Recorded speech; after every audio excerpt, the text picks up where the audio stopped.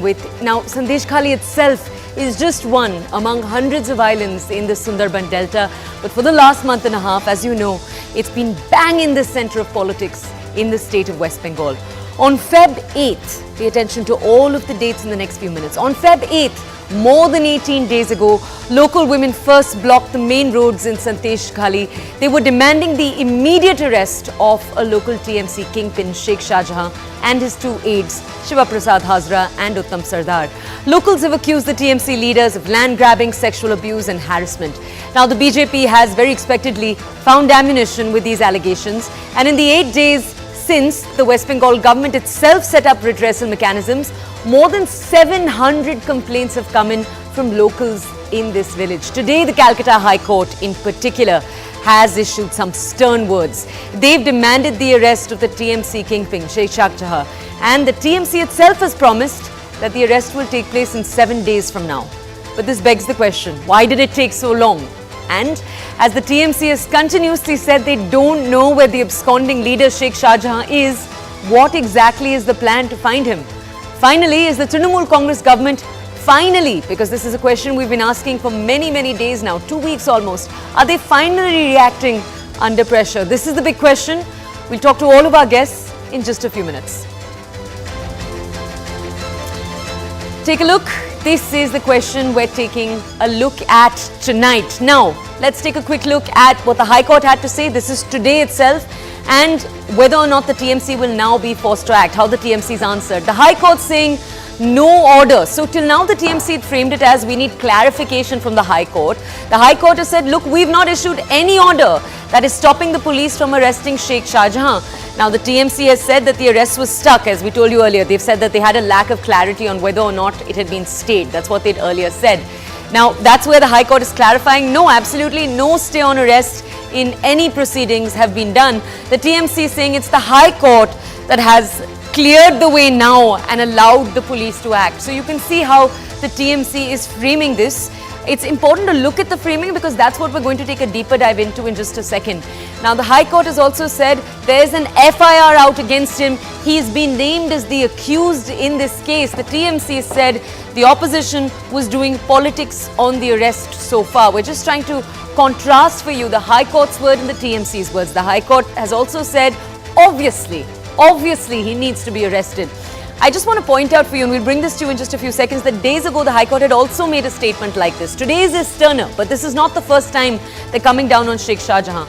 Now the TMC is saying, and this is what we started with, that Sheikh Shahjahan will be arrested in 7 days. Of course, that is the key question, because where Sheikh Shahjahan is, he's been absconding since early January when the ED came to look for him. Where is he now? That obviously remains the key question. We're going to bring you more numbers right here. Okay, let's take a look right now at what the complaints are against Sheikh Shahjahan. So Sheikh Shahjahan is someone who has been a TMC legislator in the Sandeshkhali region for the last few years. Locals say the allegations they're making go back 5 to 10 years. Now the FIRs, what are the exact complaints? Number one, obviously, the biggest complaint of land grabbing. We told you earlier that 700 complaints had come out. A vast majority of them are in land grabbing. Essentially, that locals are saying they've been forced to convert their agricultural land into land for rearing fisheries. Now, the other two allegations, sexual exploitation. There have been 2 written complaints of rape that have come out of this region. Now, the other things here, there's an ED cheating case in land encroachment on Feb 24th. There's also, and remember, it's the ED that perhaps lit the fire under all of this, because it's in January when the ED went to his house to search it that he went absconding, and it's since then that we've actually seen a lot of this drama play out. You also have the ED ECIR, which is equivalent to an FIR under the Prevention of Money Laundering Act that is against him, as we just told you. The ED suspects he siphoned off funds in a ration distribution scam. So this is along with all of the allegations we're taking a look at. Okay, let's move on very quickly. The last thing we're bringing you, all of this for your understanding before we take a deeper dive. Who are the key men that you need to keep in your mind as we bring you this discussion in just a few minutes? Number one, as we told you already, Sheikh Shahjahan, who has been absconding from the ED itself since early January. The TMC says they don't know where they are. Interestingly, the TMC says, look, the BJP knows where he is. The BJP has said where he is, as we've just walked you through these FIRs. So we'll take you to the next slide very quickly on this. After the High Court came down on him, now the TMC said we're going to arrest him in 7 days. Okay, let's move on. The next person Shibu Hazra. Two key aides we're going to be taking a look at. Shibu Hazra is the first of them. He is a close aide of Sheikh Shahjahan. He was arrested on Feb 17th. When we're saying aides, Sheikh Shahjahan is considered to be the kingpin in this. These are all men who were working for him. He faces charges of attempt to murder. Another case of gang rape was filed today. He is the person who has been named in these cases in particular. Uttam Sardar is the other key aide. Uttam Sardar and Shibu Hazra are the two men against whose suspension orders have also come forward from the TMC. So not Sheikh Shahjahan, the kingpin, but these two other leaders. Now, he, as we told you, is a close aide. He was arrested back Feb 10th. So the first arrest was actually his. He was accused of sexual harassment. Very interestingly, the TMC kept saying, we have already arrested one of our TMC leaders, and this is the example they kept giving. He is accused of rioting and inciting violence, as you can see. We're just going to very quickly walk you through all of the other men. Now, these are other men in this story. Sheikh Shahjahan's brother, who is on the run. It is important to point out for you, he is someone who is considered to be running a local fiefdom along with his brother. He forcefully acquired and grabbed land. Now, it's important to tell you that the state has started the process of returning some of that land. But farmers are now asking, you've already put salt water in our land and on our agricultural land. How can we turn it back? The allegation against him in particular is that he tortured shopkeepers of the area. Okay, next. Ajit Mehti was arrested this morning. Important, he's a close aide of Sheikh Shahjahan also. Why is it important? Because it's actually, as we told you, he was arrested this morning. It's at his house that locals actually went and protested over this past weekend. So clearly it seems like the list of TMC leaders who are involved in this is only growing larger and larger. As we told you earlier, he's been accused of land grabbing. And now we're going to take you to one more person, Shankar Sardar. He's a TMC Panchayat leader in Sandeshkhali. This is perhaps the most recent addition to the story because his house was also vandalized by locals. Why is this so key? Because we're seeing locals vandalizing the houses of local leaders that they are angry with. He's been accused of land grabbing and the torturing of villagers. And these are accusations that have come forward from villagers once they've been allowed to complain. Okay. We're now going to present to you the question tonight. What exactly are we looking at? The TMC finally saying they're going to take action. They've said Sheikh Shahjahan's arrest is going to take place in 7 days. But this big question is the state finally acting because the High Court has come down on them? Let's take a look.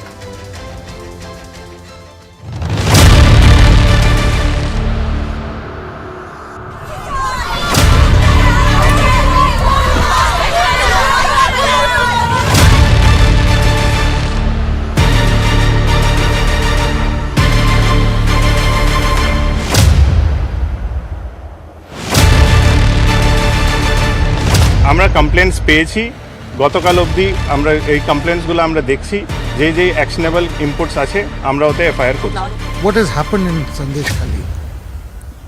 It's horrible. It's unimaginable that women have to go through this. More than 800 petitions have been received. The process has started.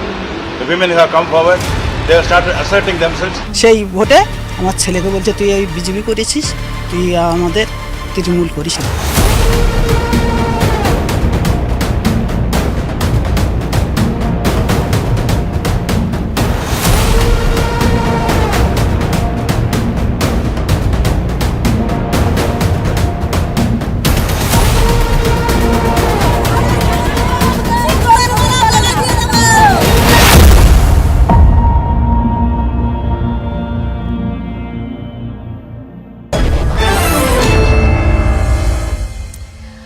Okay, let's issue a quick good evening to all of our panelists who are with us today. Let me walk you through who they are and then we'll go over to each of them for more questions. Priyanka Tibrewal, spokesperson for the BJP. Riju Datta, spokesperson for the All India Trinamool Congress. O.P. Vyas, a member of the fact-finding committee that went to the ground. Also a former joint registrar of the NHRC. And Rajat Roy, a senior journalist. Good evening to all of you. Thank you for joining us here on the show today. All right, we're going to go over first to Riju Datta. He's joining us from the TMC. Sir, you and I have spoken a few times over the last few days. So I just want to ask you, let's start by taking a look at what Kunal Ghosh said a few hours after the High Court order. He said that the leader, Sheikh Shahjahan, right at the center of all of this, will be arrested in the next 7 days. Before I take any questions to you, I wanted to give the TMC a chance to clarify here. What do they mean? Do they mean that they know where Sheikh Shahjahan has been over the last few weeks and they're now going to locate him? Is that what they're implying? Just bring us more context, please. No. Let me be very blunt on your show. See, all this time, the opposition tried to say that Sheikh Shahjahan is being shielded and he is nowhere to be found and whatnot. But as per the words of DGP West Bengal, not Trinamool Congress, there was no formal complaint against him before 6th of February. Now, yesterday, my National General Secretary said it's the judiciary that has shielded Sheikh Shahjahan. Why did we say that? And then subsequently BJP went to High Court, and today the Honorable Milords have clarified it. Why is because of this expert from the High Court order. And I'm sure you have that as well, where in point number 8, it says that it goes without saying the West Bengal State Police from proceeding with the investigation in the cases which have been registered by them. When talking about the FIR filed by the and the SIT that was formed by the single judge bench of Justice Joy Sengupta.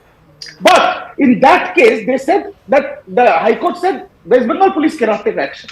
Now, when West Bengal Police hands are being freed by the Honorable Calcutta High Court, we know that in the Sharoda's case, the prime accused was arrested by the West Bengal Police from the Kashmir border. So we are confident that Sheikh Shahjahan will be arrested within the next 7 days. Continuously, elected representatives of Trinamool Congress based on complaints Let me just, okay, one sec. have been arrested. Sir, I'm not stopping you at all from speaking. I just want to ask you quickly. So what you're saying now is that now that the West Bengal police has gotten the clear go-ahead, you, the TMC, have full faith in the police's ability to find Sheikh Shahjahan within the next 7 days. That's accurate? Correct. But sir, I do want to ask you, and Priyanka Tibrewal will just come to you. We will give you the opportunity to respond to what they've just said. But I do want to ask Mr. Datta a follow-up question very quickly before we go ahead. Sir, the court that we're talking about, the Calcutta High Court, I can read out for our audiences because 6 days ago also they'd made an observation. And in that observation, they'd said that if one person, I'm just going to read this out for our audiences, if one person can hold the entire population to ransom, then that person should not be encouraged by the ruling dispensation. What prevented the TMC from suspending him over the last few days, sir? See, the problem that we are facing in the state of West Bengal is that the Honorable High Court makes observations, but they don't give it in writing. Observations from time and again we have seen who belong to Bengal, they know better that Honorable High Court and the Honorable Judges, they make observations, give it in writing. Today they gave it in writing, and I believe it is Miss Priyanka Tibrewal who went for a clarification to the High Court, where the High Court has given the clarification on writing. My question is this: I am showing here an expert from the Chief Justice's order, point number 7 and point number 8, which Mr. you are Datta, privy to. Mr. Datta, one Then second. what is No, there? Mr. It's Datta, clear. I firstly, I just want to say I appreciate the fact that you've actually brought that paragraph with you. I also appreciate that you're sharing it with our audiences and you're actually quoting the language from the judgment. I really appreciate that. But I do want to say, sir, the question I'm asking you right now is not about police action. I'm asking you about the TMC and the action the TMC could have taken. Within their own purview, no one was stopping them, sir, over the last few days from suspending a leader against who now there are more than 700 complaints on the ground. And again, we've been very accurate with our audiences. We've talked about land grabbing, for example, because earlier in previous shows you've said, for example, that it's important to be very specific. Yes, 700 plus allegations ranging from a number of things. Sexual assault, yes, but there is also land grabbing, which forms the mass of those complaints. So was that not enough reason to suspend your leader? Again, I will say that we have suspended senior leaders, sitting cabinet ministers like Jyotipriya Mollik and Partho Chatterjee, right? So when Uttam Sardar, there was a complaint of sexual torture against him, we have suspended, we have expelled him from the party. And he Why not Shahjahan? Now, again, and Madam, I will not interrupt when you speak, so let me Don't get irritated. So when, in the matter of Mr. Tibrewal, we will come to you. 1 second, please. I do want Mr. Datta to answer our question. Shahjahan, when our senior leaders went on ground, the senior leadership, the cabinet ministers who went to say, have formed the report and has submitted to the chairperson of the party. Now, for Sheikh Shahjahan, whether he will remain in the party or not, I am again telling you, if we can expel Partho Chatterjee and Jyotipriya Mollik, Shahjahan is nobody. But the final call will be taken by the chairperson. Until unless that call is being taken, it is not my place to give a comment on that on national TV. So we are just waiting for the judgment of the chairperson. Okay, so that question itself, Mr. Datta, I will say then, and I just want to spell it out. I don't actually think you've answered it because you've said we'll wait for the final decision. But why it hasn't happened till now in the last few days, because these are allegations that have been there since early February, that question still remains. Let's go over to Priyanka Tibrewal, spokesperson for the BJP. Ma'am, if you want to respond. Yeah, very good evening. See, I can completely understand because there's a complete abysmal law and order situation in West Bengal, and especially today, I see my friend, fumbling in actions. He's jittery. Yeah, he's hesitant because the way the court has slammed them and pulled them, so he is left with no words. I really pity Riju because it is very difficult to, something defend something which is not undefendable. And I understand. See, just now you said that just because of the observations, you could not suspend Shah Jahan. Although there were so many allegations against him, but you suspended Uttam and Chibu. Now, my question to you is, while suspending Partho and the other guy, Jyoti Priyo Malik, were you waiting for the court's observation? No, definitely not. Now you are saying that, you are trying to act knave, that this was written in the order. There was nothing like that. And you also understand English very well, Riju. So whatever Abhishek Banerjee was trying to do yesterday was, just to mislead people by saying that this is the order, we can't arrest. Now, another simple solution to this was, if it was there in the order, if your police knows very well where is Shah Jahan, they could have told the ED that where he is hiding, these are his hideouts. If they think that according to the court's order, their hands were tied, why didn't they give the information? See, now this is completely understandable that Shah Jahan was being, saved and safeguarded by TMC and the police administration. I told today, immediately after coming out from the court, that see, now TMC is left with no options. Firstly, because the High Court has said that, there's a lookout notice for Shah Jahan now, which will be printed in all the newspapers. So either the police administration of West Bengal, in order to show that they are so competent, they will catch Shah Jahan in 48 hours and produce him before the court and say, see, we have caught him. Or the second option is that, they would say that we didn't know where Shah Jahan is, but the first option will work because otherwise they know that the Calcutta High Court has understood what is the situation, how the police is working, and the matter will be handed over to the CBI. Just because they fear that it is their actions will speak louder than the words now. And they will show that, see, we have arrested him. So that means you clearly knew where Shah Jahan is. Right, that's so exactly... whatever will happen, the arrest of Shah Jahan, the credit goes to us because we went to the court, we pulled your government so hard that now people like I will say, when we're covering it here on the show, it's less the question of who the credit should go to and more the fact that if you look at the records that are coming in, the accounts that are coming in from locals, this is systematic oppression that was taking place for almost 10 years. Less about BJP or TMC getting credit. We fought it out in the 1 second. Okay, Ms. Tibrewal, Mr. Datta, 1 second. I want to go over to O.P. Vyas. He's a member of the fact-finding committee. Mr. Vyas, if I'm accurate, and please come in here, you went to the ground in Sandeshkhali. If that's accurate, sir, do tell me what you found, because again, the opposition opposition in West Bengal, they've long said that there's systematic complicity taking place. And the Women's Commission that went there, they found, the National Women's Commission, they said it was even local police that was complicit. So what did you find? First of all, let me say that I feel very sad about the state of affairs there in West Bengal. In the morning yesterday, in order to intimidate us, we were hunted down in the hotel itself, where we were served the notice under section 144 CRPC. You see, the delegation or the fact-finding team which we were part of was headed by a former Chief Justice of Patna High Court. I mean, very eminent persons were there. I have served the National Human Rights Commission for the last 27 years. For 27 years I have served, and I have never seen such type of dictatorship there in a state like West Bengal. So we were hunted there, we were intimidated then we told them that we will go in a group of 2 persons. If not, the 2 lady members who are part of our fact-finding committee, they can go there. So we intimated them, and when we were about 70 kilometers away, then we were stopped unlawfully, and we were told that you cannot go ahead. We said that under what provisions of the constitution, under what provisions of law? We were forcibly stopped there.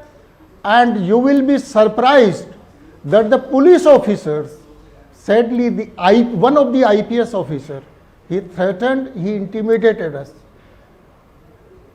the officers there, 2 officers, they acted indifferently as if they are agents of the ruling party. They were carrying out the illegal orders of their higher ups.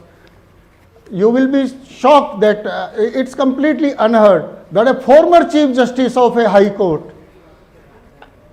a senior IPS officer, myself being former Joint Registrar Law, 2 lady officers, one was a former member of the National Commission for Women and a senior journalist, a former consultant with the NCPCR, we were arrested. I mean, we are still unable to understand as to under what provisions. I mean, we were far away from the barricades. We did not break any law. This complete lawlessness is there. There is no rule of law. And I still challenge the ruling party. I still challenge the state government. I still challenge the Chief Secretary and DGP government of West Bengal to prove their action as to under what provisions. Section 151, I mean, that is completely misuse of power. I can say with full conviction and full responsibility that there is complete breakdown of constitutional machinery there. And the executive there, they are acting like a political agent. So that is the state of affairs. They wanted to stop us like they stopped us during the Ramnami violence, where the 144 CRPC was not in place. Here, 70 kilometers away, the 144 CRPC was there, and we were stopped. Kindly allow me to add something. No, Mr. Brabal, you'll have to wait. Mr. Vyas, I mean, they feared that they will get exposed. Bangladeshis can remain, they can roam freely, they can stay freely, they can settle there. Rohingyas can move freely, but we as a member of civil society who have some place, I mean, in the main walk Mr. of Vyas, life, I do want to say thank you for sharing your experience. That is the irony. It's clear that you were very, very shaken by what happened yesterday. Let me go over very quickly. Mr. Datta, the reason I'm highlighting Mr. Vyas's voice here, and I just want to highlight this for our audiences, is because Mr. Vyas was part of an independent fact-finding committee. Right? This is not the BJP that is speaking. This is Mr. Vyas. He went there yesterday and his account has been shared across national media, not just on CNN News 18, where him and those who were on his panel have made this allegation. How would you like to respond, sir? Because what he said right now, very, very serious, saying that local police officers are acting as if they are agents of the government. Go ahead, sir.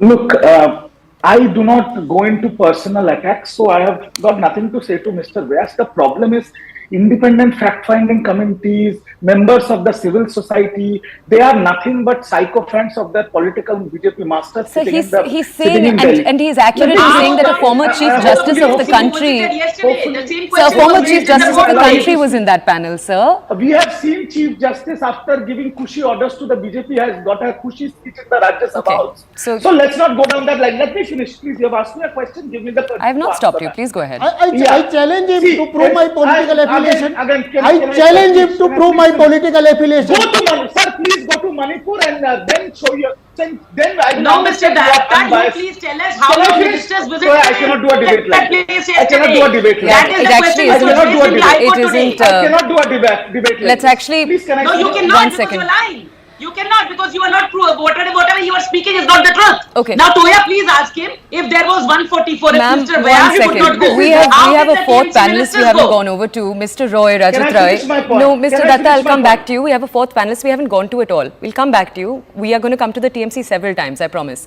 Mr. Rajat Roy is with us. He's a senior journalist. Sir, I'm sorry we haven't spoken to you over the last few minutes. Sir, first just tell us, because you are a senior journalist, how you've seen all of the incidents play out over the last few days. Because some in the opposition have said that this story in particular has left the TMC shaken, but the TMC is arguing that no, right before elections, the timing on this entire story points to something much worse. So how do you see this?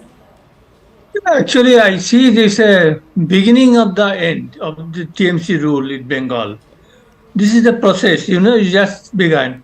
In 2008, while the left front was ruling the thing in Bengal, many of us did not believe that Singhu Nandagam will cause them this kind of problem, that they will be thrown out of power in 2011. Gradually it took place and that happened. So this time also we could see the symptoms are there, that some of the things are really falling into place, and it might be the reason that in Bengal, particularly in some of the areas where scheduled caste and Muslims and scheduled tribes are in the majority. And you must be knowing that in Bengal, the population of scheduled caste is 23%, and Muslims are over 27%. Right. And 8% Bengal scheduled tribes. So they form the majority of the Bengali population in Bengal. So there is some sort of churning going on, and Sandeshkhali has become the face of that churning. Okay. And that is a cause, should be a cause for worry of this for the ruling party, because already we could see that the central issue of all these agitations are two. One, the land question, and second is the women question, the Right. harassment and persecution of the women. And these two together forms a formidable enemy weapon in the hands of the enemy of the ruling party. And this is the thing actually. In Nandigram Singur also, you have seen how the land question really Right, it was the land question that started this entire story, sir. The fall of the CPIM, the rise of the TMC. So just stay with us. I want to come for closing words to both Priyanka Tibrewal and then Riju Datta.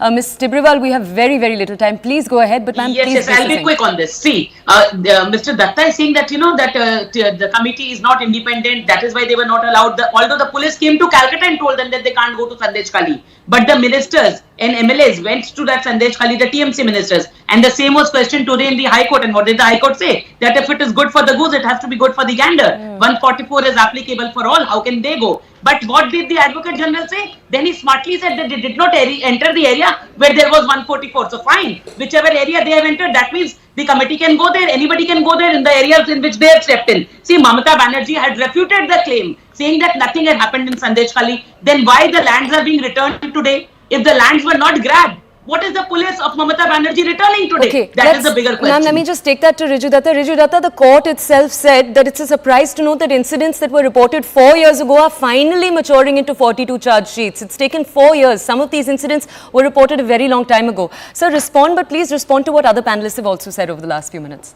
I will categorically say this. See, I can understand the pain of the BJP, CPM and the Congress and all these committees and everything, where they are coming from. Why? I'll tell you. Because we are in the business of politics. Okay? BJP, Shubhendu Adhikari went there, Shukanta Majumdar went there, and all. They did all this because Sandeshkhali is in the limelight. So the opposition parties will go there so that they Why is it in the limelight? But what will happen now is, within 7 days, when Sheikh Shahjahan is arrested and Pradhan Mantri Modi comes for Lok Sabha Prachar, all the accused are arrested. People have so your own TMC MP has not visited the ground yet, sir. Forget Mamata Banerjee. Sir, forget Mamata Banerjee.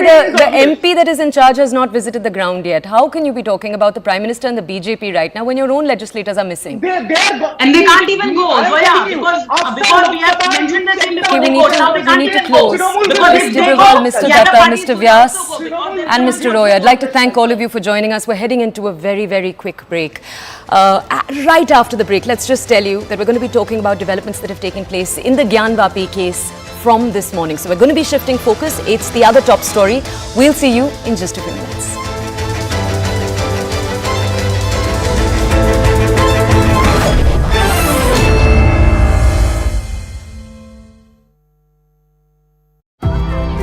And to be honest, I thought of, domestic animals are many people who are doing a lot of good work across the country. Correct. But for wildlife, there are very few people. And, wildlife is getting endangered. Here, we have more than 50, 60 endangered species. 50, 60 endangered species who we have rescued from various backgrounds like circuses, from road accidents, from animal-human conflict, from zoos which are overcrowded. We have rescued animals from all across, from hunting lodges in South Africa and from other places. So while we were rescuing them, I thought that we need a state-of-the-art hospital. We need a state-of-the-art facility. I don't want to keep them in cages. I want to keep them in their natural habitat. So we worked very hard. You saw today, I showed you. We have mimicked the natural habitat to the T, to the best of my ability. And my team is more important than me. There's a trust, and the trust runs it. So the team has created a wildlife sanctuary, and each enclosure has its own biodiversity. From the plants to the water body to even the rocks and the logs are from originally where the animals came from. Our focus is that India should not have any wild animal suffering in captivity, or any wild animal should not go without being treated. That's a very, very big thought, because we are very rich in flora and fauna. So does that also open you up to scrutiny? Are people asking, what is this person doing in Jamnagar? Is he really creating a rescue and a rehabilitation center? Of course, see, there are a lot of, when you do something, there'll be a lot of people who will praise you and a lot of people who will not praise you. But at the end of the day, in my heart, I know I'm true, and I'm doing it for animals. And as long as I know what I'm doing, I don't worry about what others have to say. I believe there were some people who came and checked also. We have had many. And they went back convinced and we have had many converted. We have the organization, the trusts have been going to court many times, and we have always argued well. And we are legally compliant. We comply with every statutory compliance, and every compliance is line that's been ticked. So there's nothing. So everything is above board. And getting an animal is not easy. You have to. MOEF has certain guidelines. The state government has guidelines. The CITES. We are extremely regulated in terms of we follow every law to the T. So you will stand the test of legal scrutiny in terms of this endeavor, because it's important. Because what you're doing is very significant. Yes. So let me ask you, you're also very dharmic. So is there a Sanatan connect to it all? Of course. So as you know that in our Sanatan, you will, every deity has an animal which is close to her or his heart. True. Every deity has a Vahana. Vahana is an animal. Yeah. So, and in our Rig Veda, Krishna said, Krishna also says that all life is equal. Yeah. May it be a human, or may it be a bee, or may it be an ant, everything is equal. Yeah, Mama Ivamsho, he says. Yes. Jiva so here we take care from frogs to mice to everything. So I have a whole, today you've seen as a wildlife rescue center. But what does it do for you? Why do you do it? For me, I'm asking as a layman. Everybody has money. Some people have little, some people have lots of money. Everybody does different things with them. You need to have a cause, something that drives you. So my cause to do this was that human welfare, there are a lot of people working, but animal welfare, there are few people working. I think I was the chosen one, and I was fortunate enough that God's blessings that I could do seva of animals. For me, in today's life, you can't see God, but I see God within every animal. They say that in our dharma, they say that in a cow there are 64 crore devtas. But for me, not only in a cow, but I see in every animal a devta. So it's my giving back to society.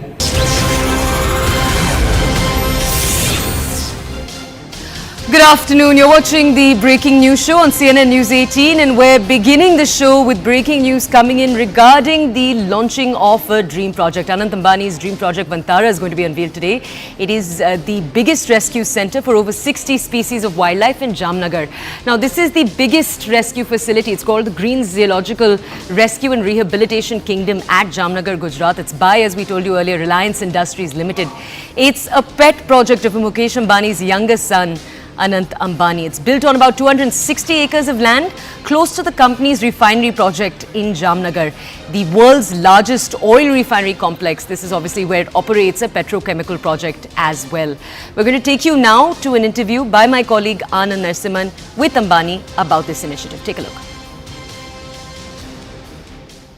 I'm standing in the middle of a state-of-the-art operation theatre, ladies and gentlemen, with the works in terms of medical equipment.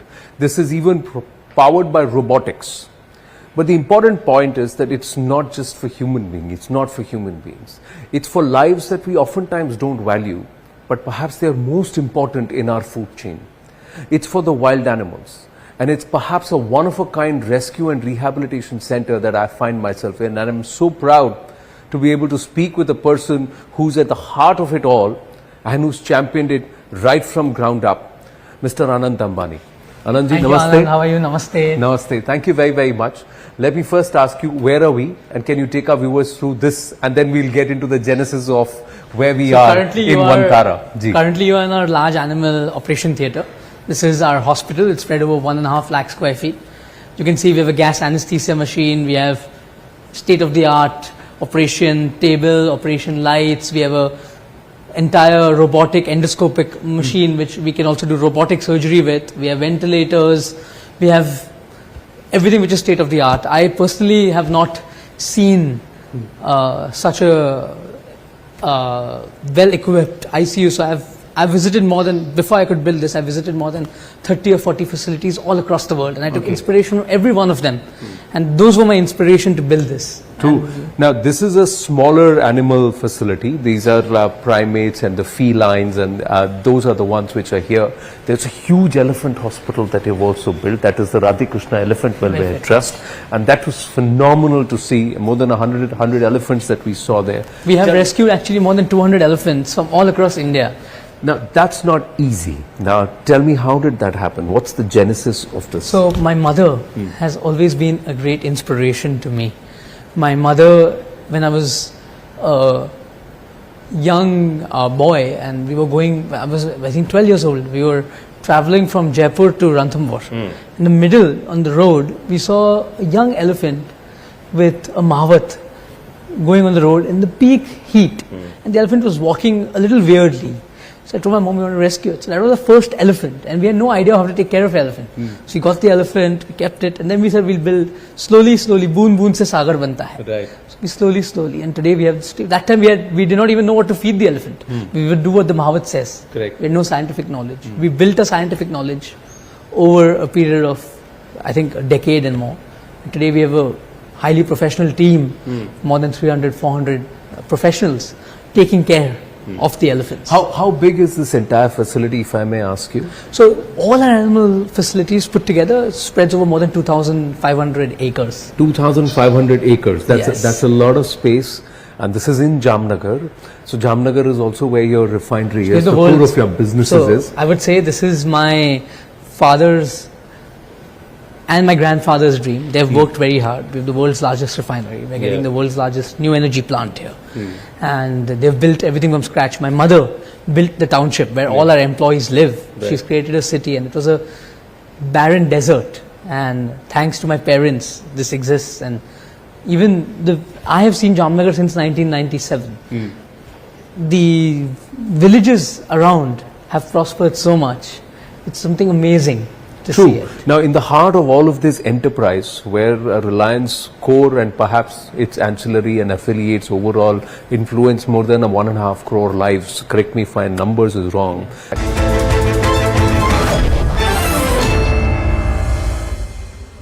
Welcome back. You're watching Plain Speak right here on CNN News 18. Now we're stepping away from our debates to bring you the latest developments up to speed with a particularly important set of developments playing out as we speak in Uttar Pradesh. This morning, the Allahabad High Court dismissed an appeal filed by the Anjuman Intizamiya Masjid Committee challenging the lower Varanasi District Court's order to allow puja or prayers in the southern cellar of the Gyanvapi Mosque that we refer to as the Vyas Tehkhana. Now, the context here, you might remember, is that last month, the Varanasi court, so the lower court, had allowed puja in this southern cellar. The southern cellar was opened right after they allowed it, just a few hours after, and the same night, a priest was allowed inside to perform puja. Now, the Muslim side had at that point expressed outrage. They had said the haste with which prayers were initiated was deeply problematic. All of these developments, remember, are playing out in the larger context of the complex Kashi Vishwanath Gyanvapi Mosque dispute. We'll first walk you, though, through all of today's developments. Let's take a look at what happened today and the larger context. Okay, so why did the High Court reject the challenge? Let's take a look. So this is a challenge to the Hindu right to pray. As we told you, puja started, and the visuals we're showing you on the right, top right corner of your screen is those prayers that were allowed in the early hours of the morning, late hours of the night, early hours of the morning, after the Varanasi District Court allowed it. As we told you, the police made way for a priest to enter, and these visuals took place. Now, what did the court have to say today, the Allahabad High Court, because the Muslim side then went to the Allahabad High Court. They said that they didn't want this to be allowed. What did the court have to say? It said, number one, that the appellant, so we are talking right now about the Muslim litigant side, they said they failed to establish prima facie possession over this disputed property. We're not talking about the entire complex. We're just talking about the Vyas Tehkhana or the southern cell. This case is considered slightly different, but it is obviously relevant to the larger Kashi Vishwanath Gyanvapi case. Now, over here, what the court said is that the state government's act in 1993 to stop the Hindu prayers was illegal. What are they talking about exactly? 30 years ago, you will remember, the Samajwadi Party at that point, the Mulayam Singh government in 1993 moved to stop Hindu prayers in the cellar. And we'll take a deeper dive into why that was in just a second. But what the High Court had to say was they said that the worship in this cellar was stopped in 1993. The order was never given in writing when it was stopped. They've also said the act of the state government since 1993 was wrong. So the fact that this was even done in the first place was wrong. Why was this done? The Mulayam Singh government back in 1993 had said that law and order concerns were the reason that they were shutting down this cellar. So it was actually sealed and it wasn't opened until, as we told you, these developments a few days back. Now, the High Court also said that Article 25 guarantees rights that can't be taken away by arbitrary actions of the state. So they've also called this arbitrary actions, as you can see. Okay, we're going to move on now. We're going to go over to our legal correspondent, Ananya Bhatnagar. We're just going to bring you context into what happened today and its repercussions on the larger case. Ananya, if we just focus on the developments that took place today regarding the Vyas Tehkhana or the southern cellar, something you always pointed out is that this is separate from the larger case, but it is relevant. All the developments that take place in this case do have a bearing on the larger case. Can you explain how to our audiences? Well, definitely, because the whole and sole order of the Varanasi District Court relied upon that particular ASI report, which I and you, whenever we have discussed it, and everybody who knows about this particular ASI report has called it to be a golden treasure for the Hindu side, because that was also a major basis. But when we talk of the Vyasji Tehkhana, it is a little different from the whole disputed side. It is a site, the cellar S2 as it's called in fact, the Archaeological Survey of India report was, operational until 1993. Until there was a diktat which the Hindu side claims to be illegal diktat by the then Mulayam Singh government, by which this was sealed and barricades were put over it. However, keeping in mind the position until 1993, the Varanasi District Court allowed for the same, and then the Allahabad High Court today has very clearly and categorically stated that no kind of a case has been made out by the Muslim side, and that's exactly why the Allahabad High Court has also paved the way for, in fact, prayers at the Vyasji Tehkhana or the cellar S2 as mentioned in the ASI report. Toya. Ananya, thank you. That's our legal correspondent, Ananya Bhatnagar. He's brought us all of these developments from the ground. My colleagues Shivani Gupta and Aman Sharma travelled to Varanasi. They bring us this exclusive report. They spoke to devotees about the case and the hopes of the devotees for a resolution in this case. Take a look.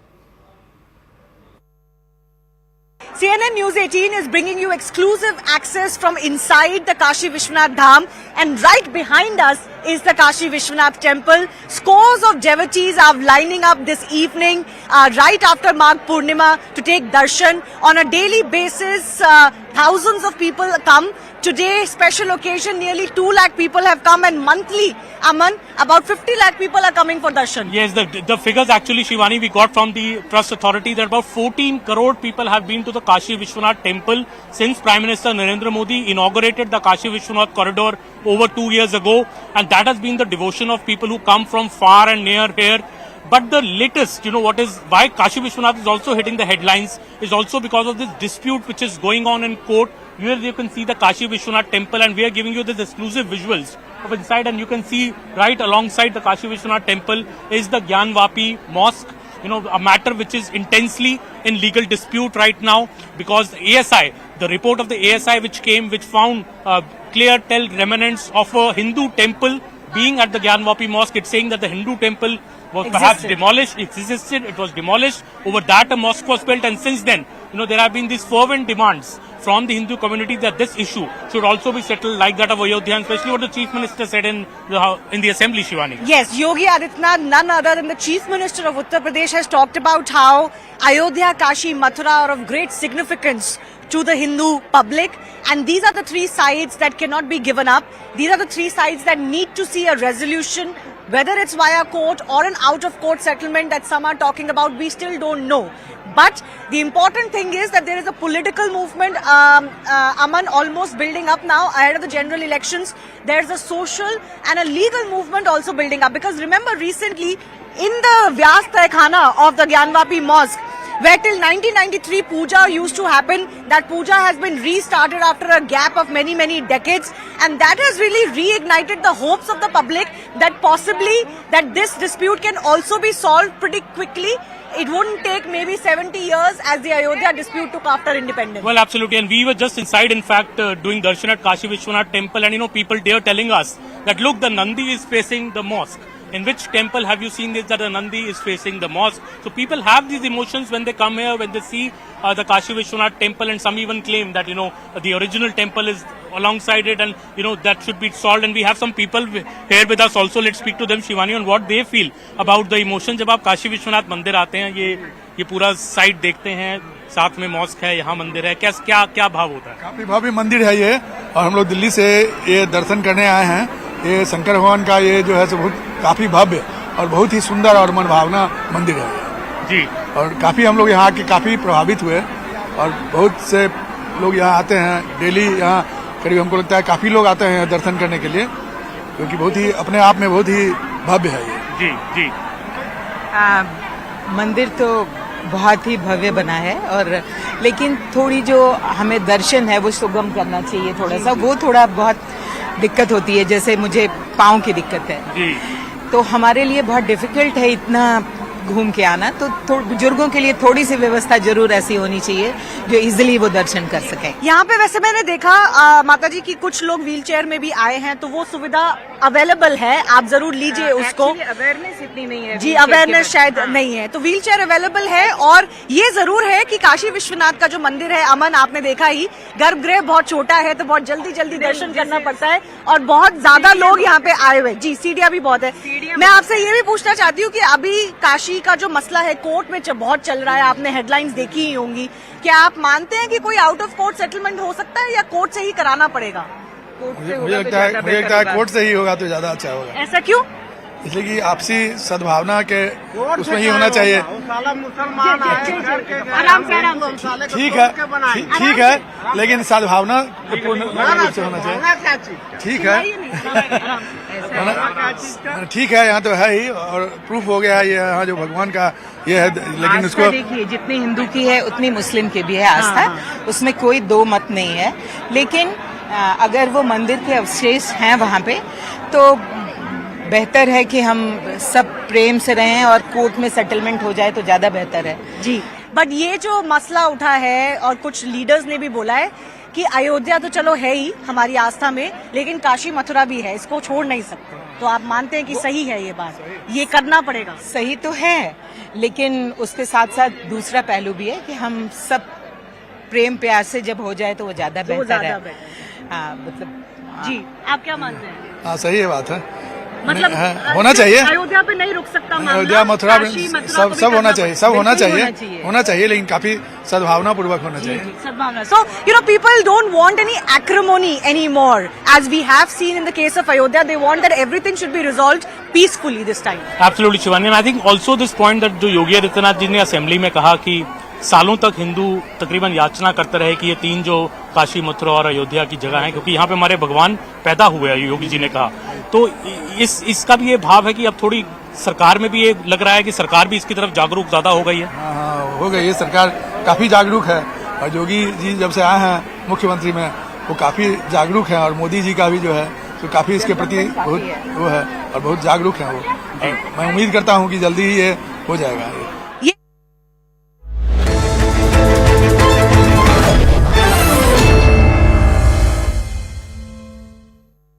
In association, you thought of saying, okay, let's go and help those who can't talk for themselves. So Anand, I basically, when I was a young child, told you, my mother always would tell me to take care of the animals. So in your childhood also you would do this? I would do it in my childhood. And my father is one of the biggest wildlife buffs, for example, when we were young. I think till the age of 18, I've not gone to any other family holiday except Africa, Ranthambore, and the jungles of Kahana, the jungles of Bandhavgarh, Kaziranga. My father would only take us to jungle holidays. So I think they inspired me to do this. And to be honest, I thought of, so domestic animals are many people who are doing a lot of good work across the country. Correct. But for wildlife, there are very few people. And you know, wildlife is getting endangered.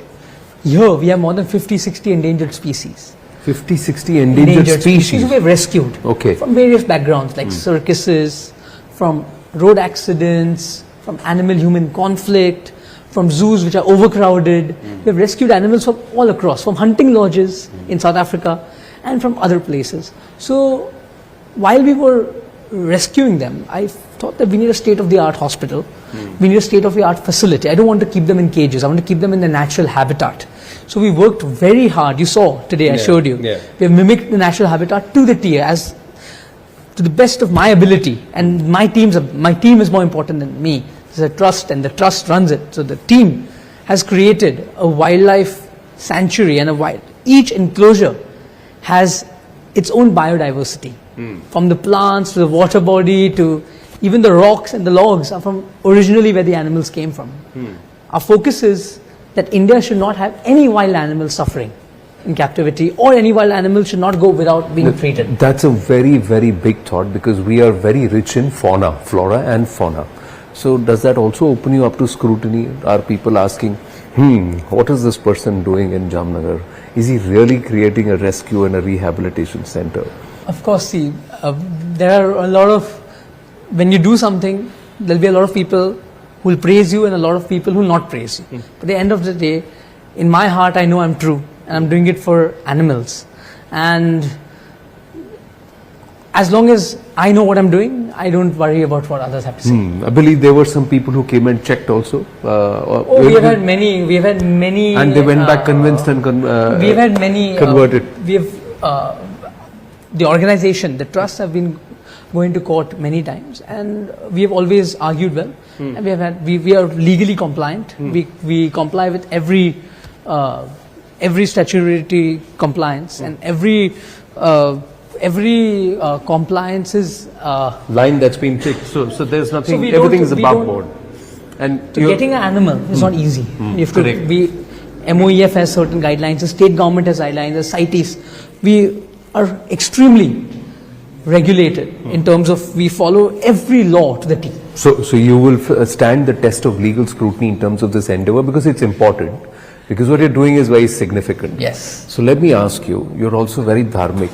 So is there a Sanatan connect to it all? Of course. So as you know that in our Sanatan, you will, every deity has an animal which is close to her or his heart. True. Every deity has a Vahana. Is an animal. So, and in our Rig Veda, Krishna said, Krishna also says that all life is equal. May it be a human, or may it be a bee, or may it be an ant, everything is equal. Mamaivaamsho, he says. Yes. So here we take care from frogs to mice to everything. So I have a whole, today you've seen as a wildlife rescue center. But what does it do for you? Why do you do it? I'm for me, I'm asking as a layman. Everybody has money. Some people have little, some people have lots of money. Everybody does different things with them. You need to have a cause, something that drives you. So my cause to do this was that human welfare, there are a lot of people working. But animal welfare, there are few people working. I think I was the chosen one, and I was fortunate enough that God's blessings that I could do seva of animals. For me, in today's life, you can't see God, but I see God within every animal. They say that in our dharma, they say that in a cow there are 64 crore devtas. But for me, not only in a cow, but I see in every animal a devta. So it's my giving back to society.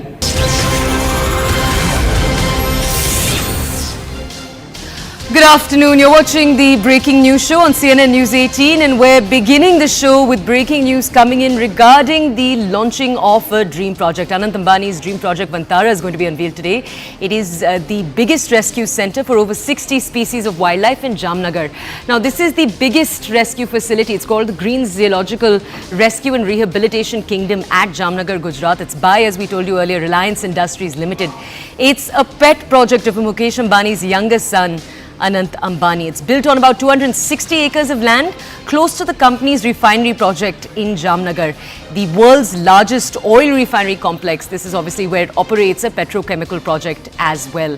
We're going to take you now to an interview by my colleague Anand Narasimhan with Ambani about this initiative. Take a look.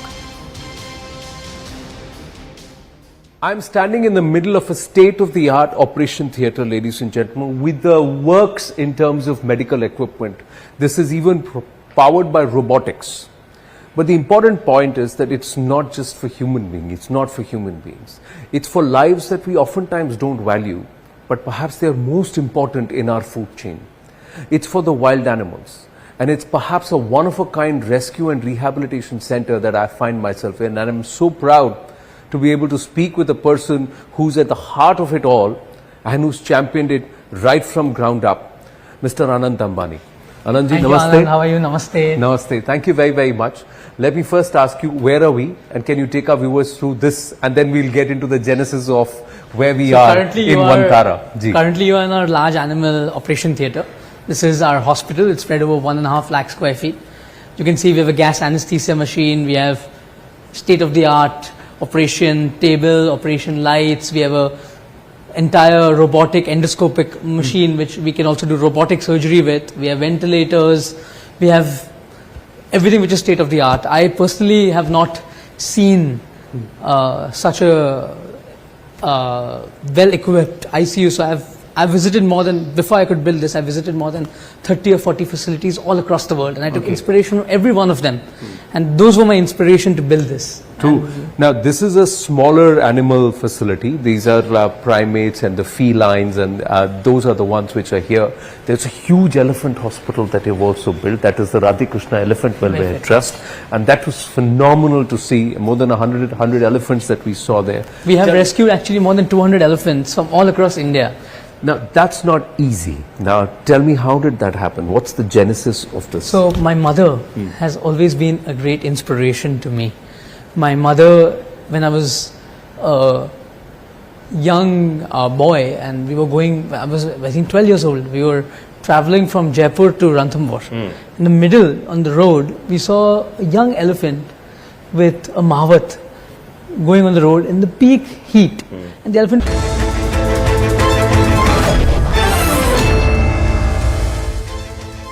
Welcome back. You're watching Plain Speak right here on CNN News 18, and we're taking you now to something slightly different. A story that we're bringing you about Anant Ambani's dream project Vantara that's set to be unveiled today. It is being called the biggest rescue center, over 60 species of wildlife, and this is going to be open in Jamnagar. Now we're going to bring you more details about the development itself, but it's being built by and near the Reliance Industries Limited in existing facilities. CNN News 18's Anand Narasimhan spoke exclusively with Anant Ambani about the passion project and what's gone into building it over the last few years. Take a look. So what's your vision with this? Where are we going with this? Are you creating something that is going to be perennial? It's going luckily I'm getting married now. Yes, you are. Congratulations. And I think I'm going to have one more person. Radhika is also extremely passionate about this. So I think both of us combined, and with my parents' blessings and my siblings, Akash and Isha's blessings, I think what you've seen now is only 8 to 10% of my vision. Oh, lovely. My vision is that at Vantara in Jamnagar, we would like to be the world's most advanced wildlife institute. And we would also like to conserve and breed critically endangered species so we can release them back in their habitat. Because a lot of species, even today as we speak, species are going extinct. Correct. And what you saw today is, so in Hindi there's a saying Chidiyaghar. It's not a Chidiya, Sevalya hai. So we have created it as a Sevalya. And it's an area where we only rehabilitate, rescue, preserve, conserve and breed the endangered species.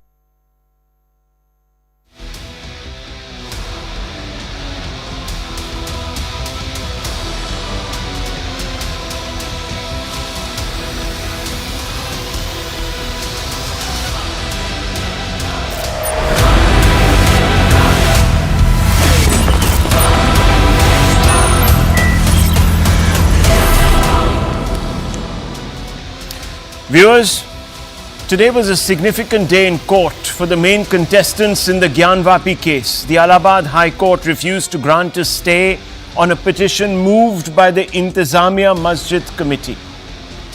The Muslim side had challenged a prior Varanasi court order allowing Hindus to resume Puja Bad after 1993 in the cellar or Tehkhana of the disputed Gyanvapi